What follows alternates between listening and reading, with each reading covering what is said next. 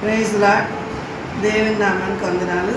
ఈ దినాన్ని కొద్దిగా సువార్త చెప్పాలి అనుకుంటున్నాను. ఈ సువార్తలో భాగంగా ఏ భేదం లేదు, అందరూ పాపం చేసి దేవుడు గురించి మహిమను పొందలేకపోతున్నారని రోమాపత్రిక 3వ అధ్యాయం 23వ వచనంలో రాయబడి ఉంది. అందరూ పాపం చేశారంటే ఎవరు అంటే ప్రతి ఒక్కరు, ఏ భేదము లేదనే దాంట్లోనే ఉన్నది. ఏ కులమైనా, ఏ మతమైనా, ఎలాంటి వయసు వారైనా, ఏ జాతికి చెందిన వారైనా అందరూ కూడా పాపం చేసి దేవుని యొక్క మహిమను పొందలేకపోతున్నారు. అయితే ఈ హెబ్రీ పత్రిక 8వ అధ్యాయము 22వ వచనంలో ఏముందంటే, రక్తం చిందించకుండా పాప క్షమాపణ కలగదు అని సామాన్యంగా చెప్పవచ్చును అని ఉంది. కాబట్టి పాపం వల్ల వచ్చే జీతం ఏంటంటే మరణము. ఇది రోమాపత్రిక 6వ అధ్యాయము 23వ వచనంలో రాయబడి ఉంది. కాబట్టి ఈ పాపం నుండి విడుదల పొందాలంటే కేవలం దేవుని యొక్క రక్తంలో కడగబడాలనేది దేవుని వాక్యం యొక్క రుజువై ఉంటుందండి.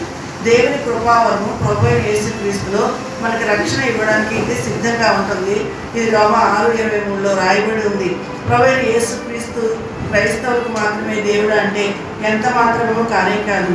ఎందుకంటే అపొస్తలుల కార్యములు 10వ అధ్యాయము 36వ వచనంలో ఉంది, యేసుక్రీస్తు అందరికీ ప్రభు అని రాయబడి ఉంది.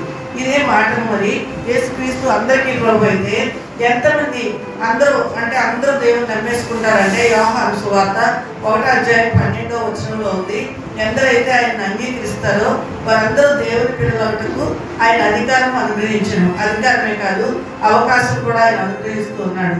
కాబట్టి ఆయనను అంగీకరించి ఆయన అధికారం కిందకి వచ్చినట్లయితే చాలా సింపుల్గా రక్షించబడవచ్చు. లేక మరి రోమాపత్రిక 9వ అధ్యాయంలో 10వ అధ్యాయంలో 9వ వచనంలో ఉంది. సింపుల్ ఏంటంటే ఆయన నోటితో యేసుక్రీస్తు ప్రభువును ఒప్పుకొని హృదయమందు విశ్వసించినట్లయితే రక్షించబడతారని దేవుని వాక్యంలో రాయబడి ఉంది. మరి చదివితే టైం ఎక్కువ అవుతుందని ఈ రిఫరెన్స్ నేనే నోటితో చెప్తున్నాను.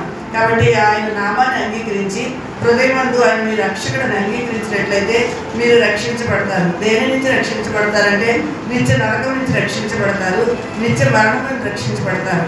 కాబట్టి ప్రతి మనిషి యొక్క అంతం యొక్క ఆలోచన ఏమై ఉంటుందంటే, అంటే గురి లక్ష్యం ఏమై ఉంటుందంటే పరలోకానికి వెళ్ళాలి. ఈ లోకంలో ఈ తనువు సాధించిన తర్వాత స్వర్గప్రాప్తి కావాలని కోరుకుంటారు. స్వర్గం ఎలా లభిస్తుందంటే యేసుక్రీస్తు యొక్క రక్తంలో తమ పాపములను కడిగి వాటి నుండి విడిపించబడినట్లయితే తప్పనిసరిగా పరిశుద్ధులుగా తీర్చబడి మరణానంతరము స్వర్గానికి వెళ్తారు.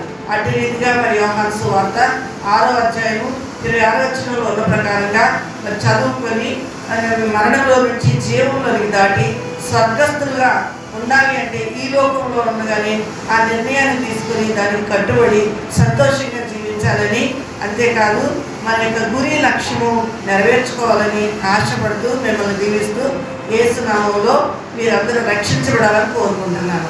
Praise the lord.